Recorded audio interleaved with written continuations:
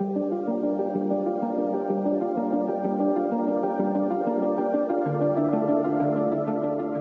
everybody. Welcome to the Construction Record Podcast. I'm digital media editor Warren Frey, and with me today I have Eric Anderton.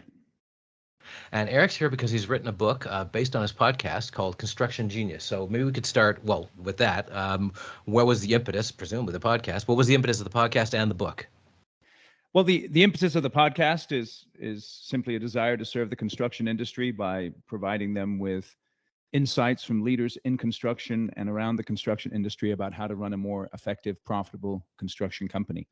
And the impetus for the book is around a similar motive. And one of the driving motives is when someone starts a construction company, they typically do that because they are good at building projects. And then regardless of how big the construction company gets, whether it's 10 million, 20 million, $1 billion, most construction companies are run by folks who know how to build projects, but they struggle to make the shift to build teams and build people. And that problem is throughout all construction companies, like I said, regardless of size. The impetus of the book is to focus on the importance of leadership, but then also the other two topics that drive a construction company to success is having an effective strategy and then mastering sales and marketing. So leadership, strategy, sales, and marketing, those are the three main pillars of the book. Okay. When you introduced yourself to us, you talked about blunt truths that you examine. What are a few of these blunt truths that I'm sure the book goes into? Well, I started by explaining one, and that is simply that most people are good builders, but they are not good leaders. And it's not because they don't want to be good leaders, but again, projects are black and white. There's specifications. There's a contract. People are gray. There's challenges and issues that each one has. There's different personalities, different capacities, different capabilities. And so as a leader, you have to be able to understand that and focus in on how can you build the best team possible so that they can then build the projects that you have on your books. That's your job as a leader. Mm-hmm. And you've said that's true at 1 million revenue or 1 billion revenue. Like the only difference is, I assume, the number of people and how much managing you got to do. Yes, absolutely, 100%. Okay. And so what are some of the, because I would assume you don't put this book out without some solutions. What are some of the solutions to these problems? The first solution is very simple. You have to adopt a mindset as a leader of the construction company, and that is the never settle mindset. And the analogy that I like to draw is to the world of sports. So if I'm the general manager of, let's say, a football team or a baseball team, I always have to field a team to play the games on the schedule. But I'm always evaluating my team in terms of their performance. And I'm looking to get the right players in the right positions in order to achieve my goal of winning games. The same is true in a construction company. You are always looking for the right people in the right positions to build your projects safely and profitably. And you never settle. So what I mean by that is you may be fielding a team right now, which you know, quite frankly, is a B team.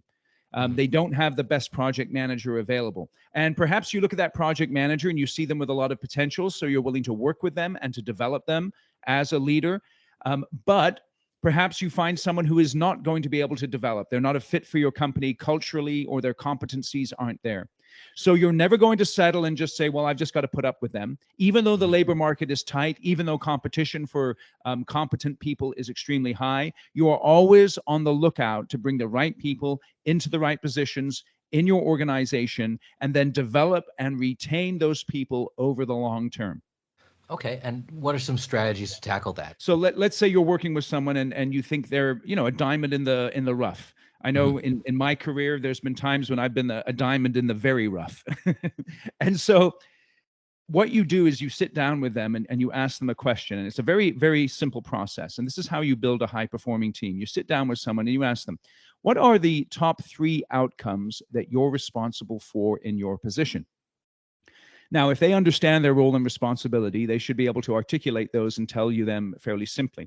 So if I'm a project manager, I'm responsible for coordinating the subs, coordinating with the general contractor. I'm responsible for interacting with the owner, making sure that change orders are processed and that we're on track as far as the schedule is concerned.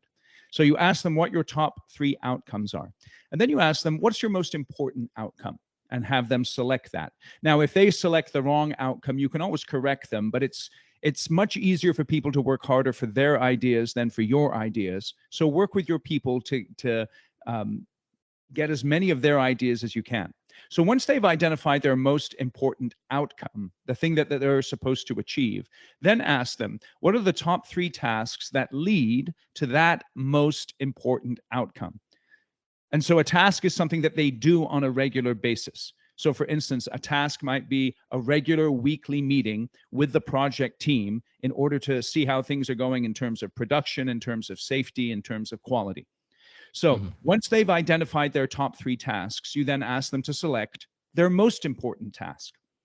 And then once they've selected their most important task, you ask them this question: in what specific ways can you improve your performance of your most important task that leads to your most important outcome?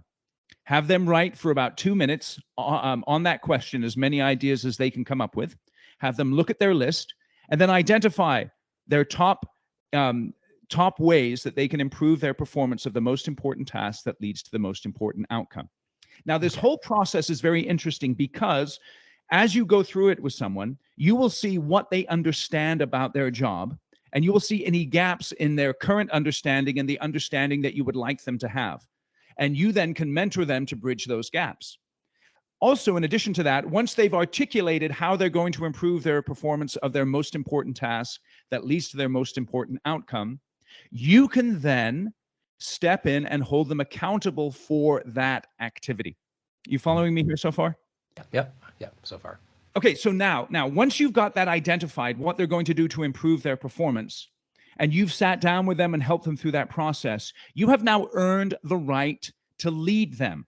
And as a leader, there are 3 specific messages that you must communicate to your team on a daily basis. And the way that you remember those 3 messages, and I go into detail in about both the high performance framework and what I'm about to share with you now in the book, the way that you remember what you need to communicate every single day is you simply grab your ear.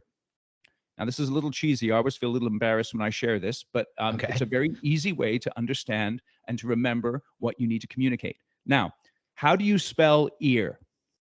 EAR, I assume. Yes. No trick questions from me. Okay. Okay. Now, think about EAR. It's very simple. If I remember EAR, I will remember what I need to communicate. The E stands for encouragement. The A, accountability. The R, recognition. As a leader, you must communicate every day encouragement, accountability, recognition. And let me explain to you what each of those messages looks like. Now, remember, if you have helped people to understand their most important outcome and the task that leads to their outcome and how they're going to improve their performance of the task, you've earned the right to lead them. And the first thing you can do is you can encourage them. And this is the message of encouragement. You can look them in the eye then, and you can say, you can do it. Because I'm assuming that if they understand the task that leads to that outcome and how they're going to perform it, they can either perform it currently, or you're going to give them the training necessary and the support necessary so that they can perform it. And you can look them in the eye and say, you can do it. That's encouragement. Then there's accountability. And the phrase to remember with accountability is, did you do it? Because once someone has been given a task to accomplish, you then need to follow up with them and see if they have accomplished it. And with accountability, it's very simple to have an accountable conversation. It's not necessarily easy, but it's simple. This is how an accountable conversation goes. Did you do it? If not, why not? How can I help? Those are the 3 questions you ask in an accountable conversation. So encouragement is, you can do it. Accountability is, did you do it? Recognition is the last one, the R of the ear, and that is, you did it.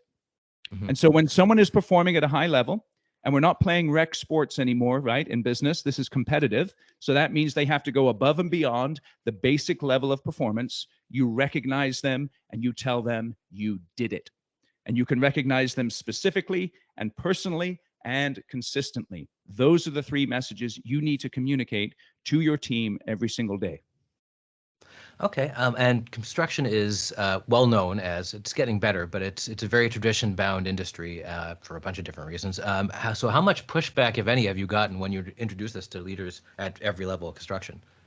That's a great question. I think what's really interesting, one of my personal interests is in history, and specifically the history of the 20th century. So one of the hallmarks of the first half of the 20th century were a couple of extremely bloody world wars. And so that required many of the military-aged individuals to be in the military.